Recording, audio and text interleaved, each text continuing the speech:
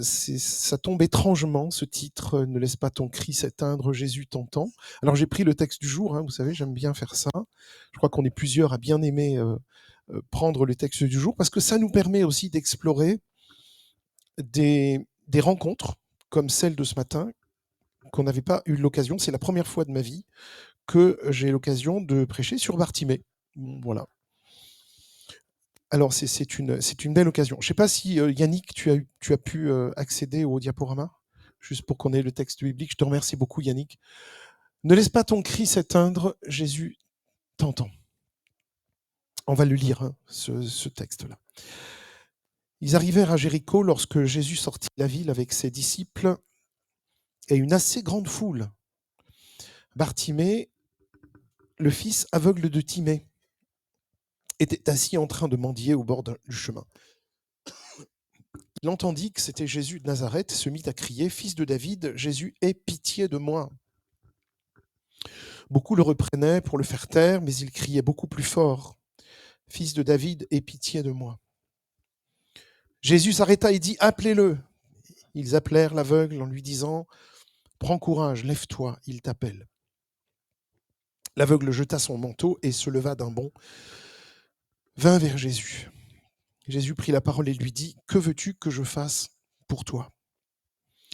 Mon maître, lui répondit l'aveugle, que je retrouve la vue. Jésus lui dit, vas-y, ta foi t'a sauvé. Aussitôt, il retrouva la vue et il suivit Jésus sur le chemin.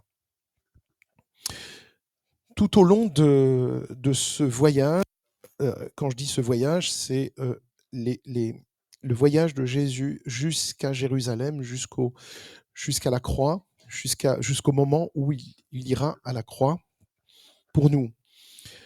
Il y a tout un voyage que Jésus fait. Beaucoup de choses se passent en Galilée, là où personne ne voulait aller, là où personne ne voulait rencontrer les gens de Galilée. Lui, Jésus, il y va. Et qu'est-ce qu'il fait pendant tout ce temps? Merci beaucoup, Julie. Il clarifie en permanence ce que veut dire être son disciple. Parce que quand Jésus nous appelle, il nous demande de le suivre. Mais nous, on ne va pas suivre bêtement quelqu'un sans savoir en quoi ça nous engage. Vous êtes d'accord? On demande. Mais pourquoi on doit te suivre? Et qu'est-ce qui va se passer si on te suit? Et le problème, c'est que Jésus a toujours été confronté, a toujours été mal compris lorsqu'il a appelé. Alors, il y a plusieurs exemples. Il y a l'exemple de Pierre, d'abord, qui ne comprend pas pourquoi Jésus doit aller jusqu'à la croix. Et lui dit, vous vous souvenez de ce que Pierre dit à Jésus? Il dit, ça ne t'arrivera pas. C'est pas possible. Puisque tu es Jésus, tu es le Christ, donc tu ne peux pas mourir sur la croix. Sauf que Jésus n'était pas un simple disciple. C'était le Fils de Dieu, c'était Dieu lui-même qui devait accomplir ce sacrifice de la croix pour nous, pour l'humanité. Il y a le jeune homme riche aussi qui n'a pas compris l'appel de Jésus. Il n'a pas compris que suivre Jésus et laisser tous ses biens, c'était beaucoup plus avantageux pour lui que de garder ses biens et de ne pas suivre Jésus. Alors, qu'est-ce qu'il fait? Il y a un coût trop élevé pour lui à cet engagement. Et donc, il se détourne, il ne répond pas à l'engagement de Jésus. Et en plus de ça, après, il est triste. Il s'en alla tout triste. Bon, il a gardé son argent, mais il était triste. Regardez aussi l'exemple de Jacques et Jean, les fils de Zébédée. Ils ont aussi manqué le sens même de ce qui fait le royaume de Dieu, parce qu'ils rêvaient à des places d'honneur à sa droite, l'un à sa droite, l'autre à sa gauche. Il faut quand même le faire. C'est pas rien. Moi, je sais pas. Moi, je serais terrifié à l'idée de prétendre pouvoir être à la droite de Jésus dans le royaume des cieux. Mais bon, voilà, il n'avait pas vraiment compris, en fait, quel était le sens de l'engagement pour Jésus.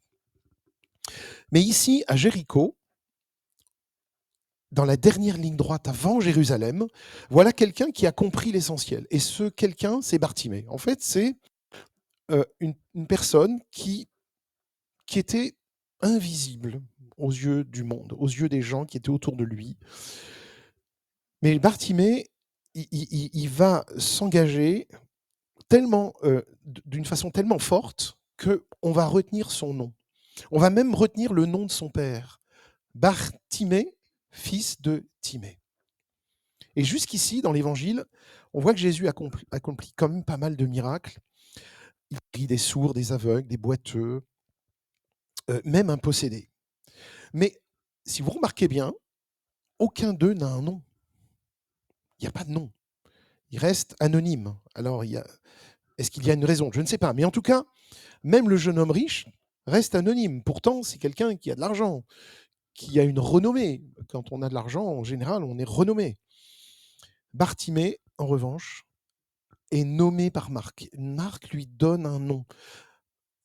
Certainement parce que Marc veut qu'on remarque Bartimée. En tout cas, la foi de Bartimée, son acceptation, le fait qu'il accepte cette mission, qu'il accepte de suivre Jésus. Peut-être parce qu'il est devenu aussi quelqu'un de respecté dans l'Église primitive, peut-être même un leader, qui sait, l'histoire ne dit pas tout, mais surtout, il incarne, en fait, Bartimée incarne l'attitude du vrai disciple. C'est comme si Jésus disait: ah, enfin quelqu'un qui a compris en quoi ça consiste, ce que ça implique d'être un vrai disciple de Jésus. Et là où les 12 d'ailleurs vont contester la mission de Jésus et se disputent la première place, Bartimée sait ce qui compte vraiment. Alors je voudrais d'abord, je commence avec un premier titre. J'ai fait ce sermon en 3 points. Le premier titre, ne laisse personne te faire taire. Cette fois au moins, dans ce récit, c'est pas les disciples qui font obstacle à Bartimée, parce que souvent c'est les disciples qui disent non, il ne faut pas déranger Jésus, il ne faut pas le déranger, laisse-le tranquille, il est fatigué, il a plein de choses à faire. Les disciples, voilà, s'érigent en donneurs de leçons, en donneurs d'ordre, en disant non, il faut laisser Jésus tranquille. Mais Jésus nous a souvent montré quel type de Messie il était dans l'évangile de Marc. Et maintenant que l'histoire atteint justement une nouvelle phase dans notre récit, le fait que la foule se joigne aux disciples a quand même son importance ici dans le récit. Ça nous montre que le chemin que Jésus propose n'est pas réservé aux 12 seulement. Il est pour tous ceux qui choisissent de le suivre.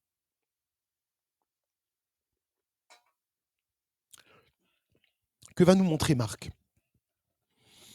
Marc nous montre que cette foule n'est pas faite que de simples curieux. Ce n'est pas juste des gens qui viennent s'agglomérer en disant « il se passe quelque chose, il faut qu'on aille voir ». Ce sont des personnes qui ont décidé de suivre Jésus en dehors de la ville alors qu'il quitte Jéricho. Jésus et les disciples ont quitté Jéricho. Il y a une foule qui les suit. Et c'est sur ce chemin-là, c'est sur le bord de la route qu'il y a ce mendiant, Bartimée. Dès qu'il comprend pourquoi cette foule est en mouvement, pourquoi cette foule suit Jésus, la délégation des disciples, il commence à crier après Jésus. Imaginez, en imaginant justement la scène, je vois une partie de la foule marcher même devant, et devant Jésus. Et le verbe d'ailleurs au verset 46, c'est partir, c'est pas suivre. Partir, ça veut dire qu'ils ont pris leur bagage pour ne plus revenir. C'est-à-dire ils ont pris tout ce qu'ils avaient pour ne plus revenir après. C'est-à-dire c'est vraiment une marche dans une ligne droite, dans un chemin linéaire qui va amener d'un point A à un point B, et ce point, au point final, le point final, ce sera Jérusalem, ce sera la croix. Et là, en imaginant justement cette scène, on l'a bien tous en tête, je doute même que ce soit une marche silencieuse, hein. Ça va être une marche plutôt bruyante. Et au travers de cette foule qui fait du bruit, cet homme-là doit essayer de se faire entendre. Alors, il crie plus fort que tout le monde. C'est un cri persistant de cet homme qui est aveugle. Et alors, il le nomme d'une certaine façon, il appelle Jésus fils de David. Aie pitié de moi. Ça suffit à irriter, ça suffit à attirer l'attention. Il dit toi, tu es celui que personne ne regarde jamais. On ne voit pas pour quelle raison aujourd'hui tu crierais plus fort que tout le monde. Continue d'être celui qu'on n'entend jamais. Continue d'être celui qu'on ne voit pas. Et on a déjà tous été dans des situations où quelqu'un semble faire une scène embarrassante. Par exemple, je vous donne l'exemple d'un enfant qui fait une crise devant le rayon des jouets au supermarché. Tout le monde a vu ça. On a tous l'image. Heu, ou 2 adultes, par exemple, qui se disputent en public. En général, on préfère ne pas s'en mêler parce qu'on ne connaît pas l'histoire, on se dit: «On va pas trop s'en occuper». Sauf si ça commence à devenir, limite, là, on pourrait éventuellement s'interposer. Mais là, la foule intervient. Bah, cet homme crie, il souffre, il a besoin de Jésus, mais cette foule dit, voilà, fait comprendre qu'il n'a pas trop à s'exprimer. Et la foule pense que Jésus lui appartient. Non, non, non, non, nous on sait, c'est notre Jésus à nous. D'abord, on le suit depuis plus longtemps que toi, et nous on le suit, mais toi, continue, reste comme tu étais avant. Et donc, comme les disciples qui avaient essayé d'écarter les enfants, vous vous souvenez, laissez venir à moi les petits enfants, puis ils disent non, non, non, non, on va pas déranger Jésus, on va le laisser tranquille. Ils n'avaient rien compris, hein, ils n'avaient rien compris. Et cette foule semble vouloir aussi protéger Jésus comme si c'était une ressource rare, comme si il s'usait quand on s'en servait. Jésus, en disant à l'aveugle, en disant à l'aveugle de se taire, ils disent non, non, non, Jésus, c'est une ressource rare, on ne va pas y toucher, on ne va pas le déranger, on ne va pas l'embêter, on ne va pas le fatiguer. Et donc ces passants se prennent un petit peu comme des gardiens de la foi. Il y a une autre expression qui dit, je crois, les gardiens du temple, hein, comme s'ils avaient le droit de décider qui peut ou non approcher Jésus. Ils veulent garder le contrôle, comme s'ils étaient des assistants de Dieu, d'un coup, voilà. Ils jugent, ils vérifient. Ils pensent qu'il faut être bien en règle pour mériter l'attention de Jésus. Et vous savez que ça peut se décliner pas seulement au niveau de la foi, mais ça peut se décliner aussi au niveau de la vie courante. Si quelqu'un décide pour vous ce que vous devez faire, pour vous qui vous devez être ou ne pas être, décider que tu dois être à mon goût, comme j'ai décidé, être un petit peu voilà les gardiens de vos vies. Et Bartimée, un homme aveugle assis au bord de la route, entend que Jésus passe. Et dans sa détresse, il crie: Fils de David, aie pitié de moi. Et ben Bartimée, vous savez quoi? Il refuse de se laisser réduire au silence. Qu'est-ce qu'il fait? Il crie encore plus fort. Il crie encore plus fort. Voilà la première leçon pour nous. Ne laissons personne nous faire taire. Alors, que ce soit le doute, que ce soit la peur, que ce soit les voix autour de nous qui nous disent non, ça c'est pas pour toi. Tu ne mérites pas ces bénédictions-là. C'est seulement pour les gens qui sont arrivés à un certain niveau. Alors même si on ne vous le dit pas, ça peut être aussi vous-même, la petite voix qui est en vous qui vous le dit ça. Tu ne mérites pas ça. Tu n'es pas encore arrivé à un stade suffisant pour prétendre à ça. Mes amis, ce matin, j'ai envie de vous dire, ne laissons pas les obstacles nous empêcher d'appeler Jésus. Bartimée montre que de temps en temps, c'est la foi qui doit crier, même quand tout semble perdu. J'ai un deuxième point que j'ai envie d'appeler Jésus s'arrête pour toi. Jésus s'arrête pour toi. Lorsque Bartimée persévère dans son cri, parce que quand même, au moment où il crie et qu'on lui demande de se taire, il aurait pu obéir. Il aurait pu se dire bon, je vais pas trop la ramener. Je vais obéir à la foule. Je vais obéir aux gens qui savent. Et lorsque Bartimée persévère dans son cri, il y a quelque chose qui se passe. Instantané. C'est quoi? Pour ceux qui ont lu tout à l'heure, Jésus s'arrête. Jésus s'arrête. Il marchait, il s'arrête. Le Fils de Dieu, entouré par une foule, arrête tout pour un homme que personne ne veut voir. Jésus s'arrête pour vous. Jésus s'arrête pour nous. Le Fils de Dieu va tout arrêter pour un aveugle, pour un marginalisé, pour quelqu'un juste assis au bord de la route qui en plus ne voit rien, qui est incapable de se diriger par lui-même. Je me souviens avoir entendu un jour une personne qui avait interviewé Billy Graham, était allé aux États-Unis pour interviewer Billy Graham chez lui dans sa maison au coin du feu. Et il a dit ce qui l'a marqué le plus, c'est pas tellement le contenu de ce qu'il a dit, parce qu'il a évidemment c'est profond ce que nous dit Billy Graham, mais il était frappé par le fait que cet homme qui a tellement de choses à faire, qui a un agenda 10 fois plus rempli que le mien, s'est arrêté, a tout arrêté pour cet homme qui est venu. Je ne sais pas si c'était un journaliste ou un pasteur qui était venu l'interviewer, mais en tout cas, il a arrêté tout ce qu'il faisait et il a passé plusieurs heures, je crois tout l'après-midi, avec cet homme pour l'écouter, pour parler. Et c'est vraiment ce qui l'a marqué. Il aurait pu dire: «Je suis très occupé, j'ai plein de choses à faire».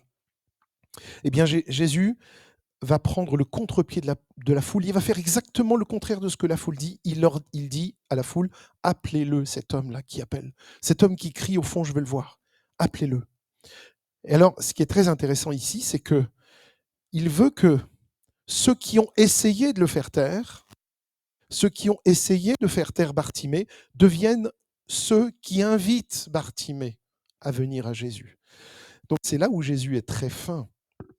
C'est qu'il renverse, alors il renverse la table tout le temps, hein, la table, il connaît bien, il renverse en permanence les tables. En gros, il les sort de leur posture de contrôle pour les transformer en messagers de la grâce. Il dit: puisque vous avez voulu contrôler Bartimée, vous avez voulu le bloquer, le coincer, l'empêcher, ben maintenant c'est vous qui allez le chercher. Et comme ils ont tellement de respect pour Jésus, ben, ils ne peuvent pas faire autrement que de s'exécuter. Et donc Jésus leur montre qu'il ne s'agit pas de filtrer ou même d'exclure, mais d'ouvrir grand les bras à tous ceux qui cherchent à le rencontrer, peu importe leur situation. Et comme il l'a fait avec les disciples et aussi les enfants, quand il les appelle, Jésus arrête tout, se connecte avec ceux qu'on essaie de tenir à distance, ceux que peut-être certains tiendraient à distance. Et il leur donne à la foule d'amener cet homme qu'il voulait faire taire. Il y a, dans les phénomènes sectaires, un point qui revient à chaque fois, c'est il y a ceux qui savent et ceux qui ne savent pas encore. Et souvent, le plus souvent dans les phénomènes sectaires, c'est celui qui est le gourou qui dit « mais tout, tu dois passer par moi pour accéder à Jésus ». Et si quelqu'un vous dit ça un jour, fuyez, fuyez loin, parce que là, vous êtes justement en face d'une personne qui est dans la manipulation et dans cette histoire de gourou. Jésus stoppe tout. Et la foule reprend les mots de Jésus aux disciples sur la mer agitée. Qu'est-ce qu'elle dit, la foule? C'est très intéressant. Prends courage. La foule dit à Bartimée, prends courage. Et Bartimée, avec un enthousiasme fou, jette son manteau et bondit pour aller vers Jésus.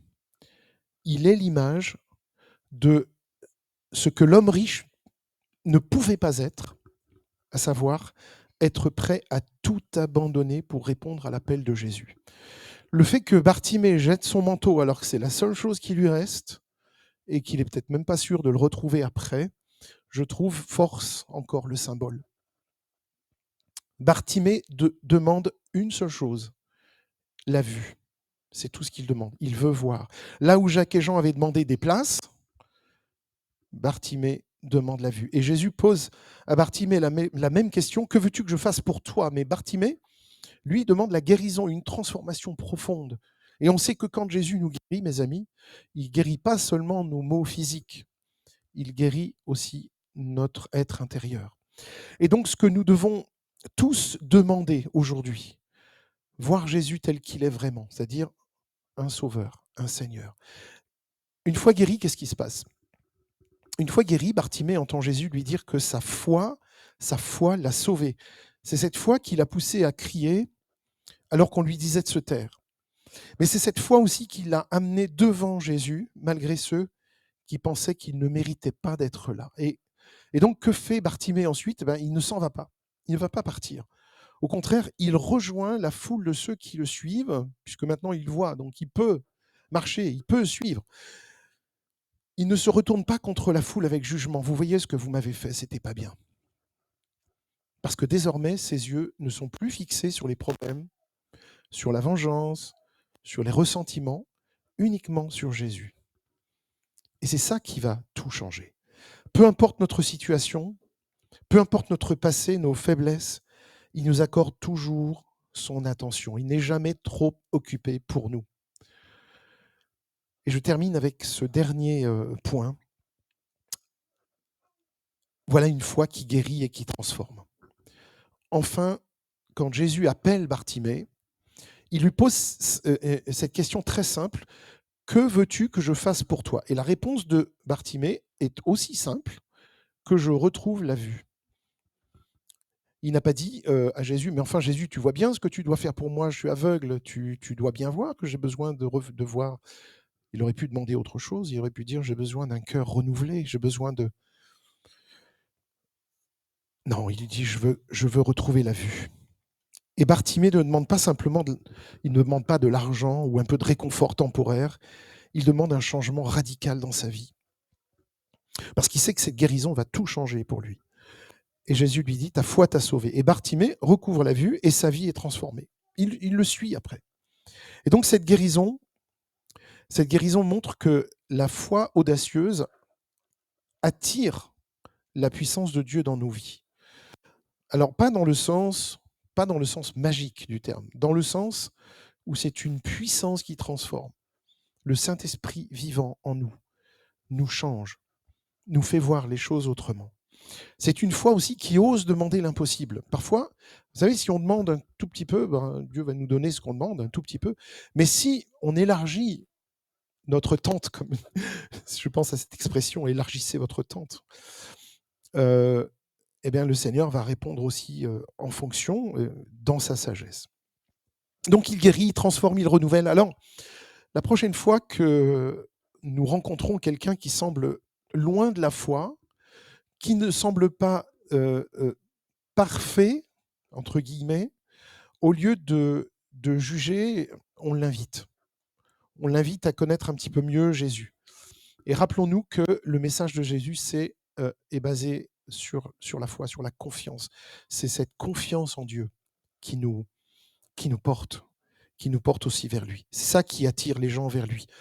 Ce ne sont pas des règles ou des conditions. Le salut est inconditionnel, il faut l'accepter. Il faut l'accepter comme Seigneur et Sauveur dans nos vies.